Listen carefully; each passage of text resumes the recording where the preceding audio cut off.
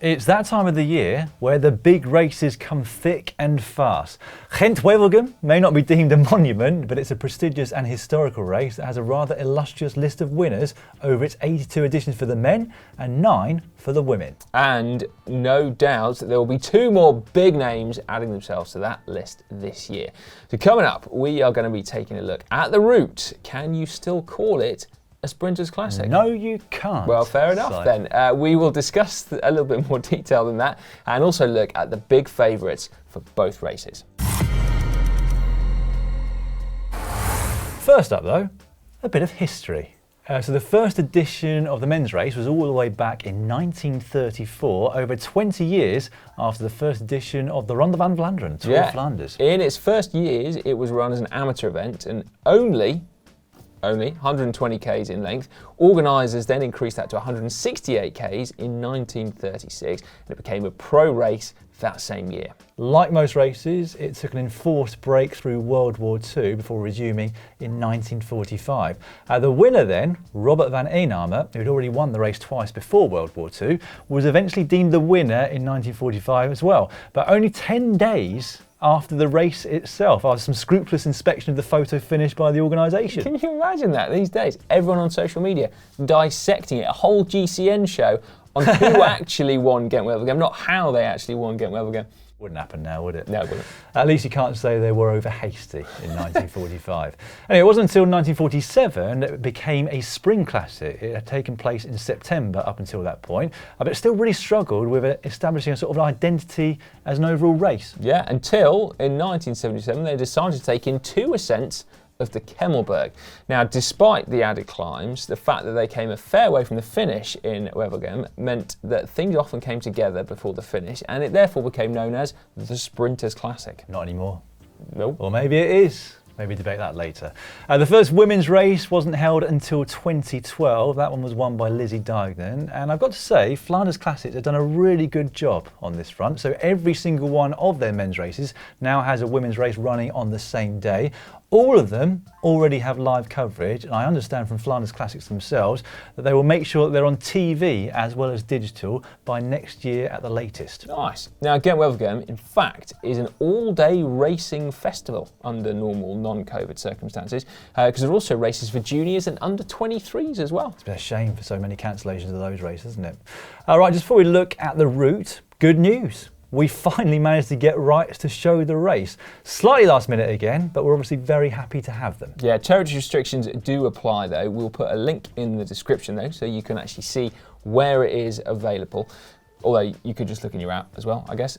Right, now we'll run you through the courses for both races. Well, we'll try to, Si, because once again this year, Flanders Classics are not releasing detailed info in an attempt to keep the general public away from the route, but we can assume they'll be fairly similar to the last few years. So we'll start with the women's, we reckon, about 140 kilometres, with many of the same climbs that feature in the men's race, including the Bandenberg, the Kemmelberg, and the Monteberg cobbled climbs. Then they'll have the wind-ravaged highways and the Plug Street gravel sectors as well. Selections will no doubt be made on the climbs, but there's also a chance for a regroupment of sorts on that long, flat final run into the town of Wevelgem. At an expected 250 kilometres, the men's race is the longest one-day race outside of the monuments, and with a mix of both cobbled climbs and flat, wind-ravaged A-roads. The final 100 k's through the hilly province of Heuvelland, is where the main action will take place. The riders usually tackle 2 laps of a snaking circuit in the hilly final 100 k's of the race through the province of You're doing it again, are you? Each of those circuits contains the aforementioned climbs from the women's race, so the Banjeberg, the Monteberg and the Kemmelberg, which are basically 3 of the toughest cobbled climbs that you can find in West Flanders. Meanwhile, the infamous Plug Street gravel sectors, which were a relatively recent addition to the race, should serve to string out the bunch and probably ensure that the stragglers, who are at the back of the peloton, are well and truly distanced. The final ascent of the Kemmelberg falls with just 30 kilometres to go in the men's race. It's a tough climb, made even tougher, isn't it, by 220 kilometres already in the leg. If a small group can fly clear here, they may just have a chance of making it all the way to the finish. It's always touch and go, isn't it? It is. The run in towards Wevelgem is relatively simple. It's basically just one long road all the way to the finish line. However, the riders are going to have to be wary of crosswinds, as they always are, because that road is very wide and very exposed to the winds. So the wind's blowing the right direction on Sunday, the race could split up even more on those flatter sections as opposed to coming back together. Well, speaking of weather, Dan, the current forecast, bearing in mind that we're filming this on Monday, is for dry conditions, but with wind gusts of up to 48 kilometres per hour in a southwesterly direction, which would mean a cross tail for that all-important finale, which is about as good as it gets for spectators. Well, keep your fingers crossed then that forecast is correct, because cross tailwinds are the most dangerous in the sport of cycling, and that should make for an incredibly exciting race towards the end. Dangerous not in terms of crashes, but in terms of... Oh yeah, sorry, dangerous in terms of splits, indeed, and echelons, etc. If you're actually racing, then yeah. If you're caught napping, straight out the back. Now the classic season is in full swing. We've got a pretty good idea, haven't we, of who is in shape and who we can expect to animate this year's edition of the races. So let's take a look at some of the favourites. Well, we've already mentioned we're filming this on a Monday, haven't we? Yes. We better mention that again because we might have missed some of the action from the races that might change things when it comes to the favourites. E3 and De Panne coming before Gent-Wevelgem on Sunday. But anyway, let's start with the men's race, and there really are some huge names lining up this year. There are. Okay, let's start with the team of defending champion Mads Pedersen, Trek Segafredo. Got several cards to play. Milan-San Remo winner Jasper Stuyven, Edward Theuns, Kirsch Simmons, Moschetti, Mullen. It's a good team, that, isn't it? Not a bad team, yeah. Pedersen's already won Kuurne-Brussels-Kuurne. Stuyven obviously won Milan-San Remo, and Moschetti bagged himself a sprint win at the Sempre Alfredo race last weekend too. So you'd imagine that the atmosphere in the Trek Segafredo team is can be pretty good, isn't it? Pretty bloody good right now, yes. And that counts for a lot, doesn't it? Success breeds success. Well, they'll definitely be on a high. I mean, we were asking questions of them, weren't we, after Omloop, when they were inside the top 60. They've answered them well and truly. They have. Well, at least we have mentioned Jasper Stuyven on this occasion, as opposed to our Milan-San Remo preview, where he wasn't mentioned at all. Now, being a cobbled classic that historically favours the sprinters, it's really no surprise to see that De Koning Quickstep are backing Sam Bennett for this coming Sunday, although he will have Omloop Het Nieuwsblad winner Davide Ballerini with him. And you'd imagine that given his win at Omloop, he will be very well protected at that team too. They've also got, this is an amazing list of riders as well, Zdenek Stybar, Lampart, Seneschal, Stales and Van Leeuwenberger. So it's going to be very interesting to see how Bennett fares over these cobbles in the Flanders region. I can't think that many of his competitors are going to want to bring the Irish champion or former Irish champion to the line, but you'd also imagine that will mean more attacks from further out potentially. Well, indeed. That'd be good, wouldn't it? Gilbert and Degenkolb are leading Lotto Soudal, but neither have looked too sharp this year, have they? Gilbert's fourth place at Omloop has been their highlight this year. 2017 winner Greg van Avermaet looks to be sharing leadership duties with his new Adi Desert teammate Oliver Naesen. I really hope they're finally able to sort of click at the sharp end of this season and really use their partnership to force some big attacks and bring home a big result for the team. That was such a promising signing, wasn't it, on paper? And AG2R now have a great classic squad, but they are yet to deliver on all of that potential. Well, plenty to play for, isn't it? It's going to be interesting anyway to see, because it's been over 3 years since Van Avermaet won a big cobbled race. Wow. Yeah, I believe so. So I do get the feeling that, I don't know, maybe he's on the wane slightly, or rather he's on the same level and just everyone else has gone up a little It could bit. well be that, given the young guns, couldn't it? Indeed. Time does seem to be running out for him though, doesn't it? Yeah. There are plenty of other riders on the start list that are going to be ones to look out for. Sepp van Marken, for example. His form has looked promising so far this season, and with the threat of Andre Greipel ready to sprint behind, he's got a pretty good excuse to sit on the attacks and get dragged clear. Although he's not the sort of person to do that, really, is he? No, fourth place for Sepp. Former winner Alexander Kristoff is there, plus Demar, Nitzolo, Pidcock, Ackermann, Hausler, Laporte. I guess they'll all be looking to get something out of this race on Sunday, won't they? Yeah, that's right. So that's... Well, hang on a minute. There's one rider we haven't mentioned yet. Wout van Aert. Oh, yeah. Not very much needs to be said, really, that we haven't said 100 times already before. Except for the fact that he can out-time trial the best time trialists, he can out-sprint the best sprinters, and he can almost out-climb most of the best climbers these days, can he? So he's pretty much going to win whatever he wants to win over the course of his career. And given that his nemesis, Mathieu van der Poel, isn't currently down to start, Van Aert starts as the big favourite. They kind of marked each other out last year, didn't they? They did, yeah. No Peter Sagan, unfortunately, this year. He has won the race 3 times before, but has decided to get some more racing in his legs at the Vuelta Catalunya this week, ahead of Flanders and Roubaix to come. If I'd won Gent-Wevelgem 3 times, I'd probably try something new. Right, on to the women's contenders now. And being the next round in the Women's World Tour, all of the big favourites should be there. So we'll start with the team of defending champion, Jolien D'Hoore, and the formidable SD Works squad. Pretty much the best team in cycling at the moment, aren't they really? And they're coming into this race with a squad built around D'Hoore, defending her title. Although they and she are going to have some very stiff competition. There's some very fast finishers on the start this year, in fact. Last year's runner-up is one of them, Lotte Kopecky, fresh off her Le Samin victory.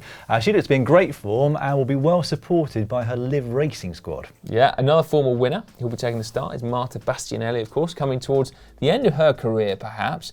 But she's by no means finished just yet. She's still got it. Yeah, she will also have Marlon Russer with her, who could be a very dangerous rider if she gets up the road.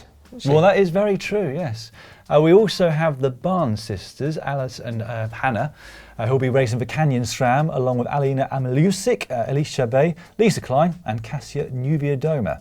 Now, despite having a pretty formidable squad at every race they start, it has been quite a while since the Canyon SRAM team have won a big race. Yeah. Alice Barnes just got pipped on the line on the opening stage of the Healthy Aging Tour the other week, but that's the closest they've come, really, in quite some time. Yep. Their only wins in 2020, in fact, were 2 individual time trial national champs and 1 road race.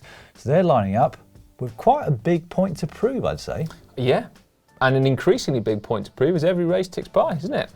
Success breeds success, remember, Dan? It's hard to turn it around. Well, failure breeds failure. Yeah, indeed, you know him too well. There we go. Right, Emma Norsgaard is also lining up as a big favourite for this race. She finished second to Kopecky at Les Samin with quite possibly the longest sprint I've ever seen. No Van Vleuten from Overstart either, so Norsgaard is their out-and-out leader there. Revelation of this year so far. Lorena Wiebes looks to have come away from her crash at the Healthy Aging Tour unscathed. She'll be leading the Team DSM squad. On her day, she's unbeatable, basically, in a sprint, so I can imagine there'll be a few riders looking to get rid of her before they get to that final in Wevelgem. Yeah, and then the other big superpower team at this year's race is, of course, Trek Segafredo. Fresh from her winner, Alfredo Binder, Elisa Longo Borghini will have support from 2 former world champions, that's Dijkman and Dideriksen. The Healthy Aging Tour winner as well, Ellen van Dijk, US national champ Ruth Winder, and one of the most experienced riders in the bunch, Trixie Warwick. That's some team, isn't it? It's a good team. SD Works might need to watch out for them. Yep. Jess Allen and Grace Brown will be leading the Team Bike Exchange squad, but keep your eye on newly crowned Aussie national champion Sarah Roy, because she was 4th in this race last year. Right, and we haven't even mentioned Marianne Vos. No. Yeah, so her Jumbo-Visma squad are still winless.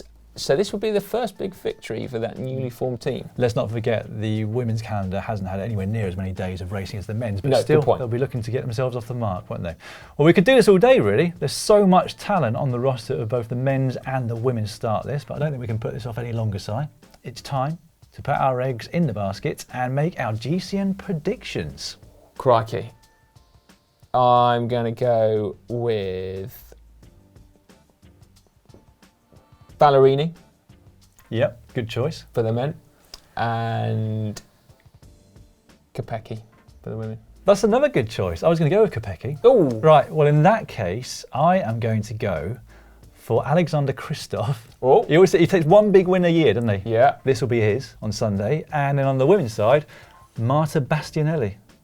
I'm going for the vets. Yeah. Basically. Well, to be fair, Kristoff was looking good at San Remo until, it literally looked like he hit a wall, didn't it, at the top of the Poggio? True, it did, didn't So it? he was like, I literally think he bounced off a wall. So I think that's probably a good shout too. Well, let's have a listen to some of the predictions of our international and other English-speaking presenters now. Hey everyone, this is my prediction for Gent-Wevelgem, for women's Lotte Kopecky and for the men's Jonathan Narvaez. Gent-Wevelgem. I think for men, Van Aert is going to win. And for women, I think Emmy Peters.